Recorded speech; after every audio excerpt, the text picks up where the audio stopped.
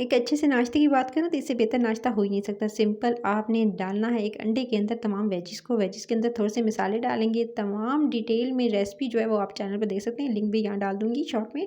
उसके बाद आपने क्या करना है, इसको एक तरफ करना है और उसके बाद ब्रेड लेनी है, ब्रेड को आपने कट कर लेना है। ब्रेड को कट कर लेंगे, उसके बाद उसको थोड़ा-सा जी आपने टोस्ट कर लेना है, टोस्ट कर लेने के बाद फिर आपने इसको रेडी करना है। चाहे रेडी करेंगे, असेंबल करेंगे, इसी तरह सबसे पहले फैलाएँगे, आपने इस तरह से फैला लेना है। सबसे पहले जो अंडे वाली मिक्सचर था उसको फैला लेंगे, उसके बाद आपने इसको टोस्ट की हुई जो ब्रेड है उसको रखना है, उसको थोड़ा-सा कुक करना है। अच्छे से कुक करते जाएँगे और इसको टाइम देंगे जस्ट 2 से 3 मिनट दे दीजिएगा और उसके बाद जैसे ही थोड़ा-सा डन होगा ये, उसके बाद आपने इसके ऊपर रखनी है अपनी मनपसंद चीज़ें।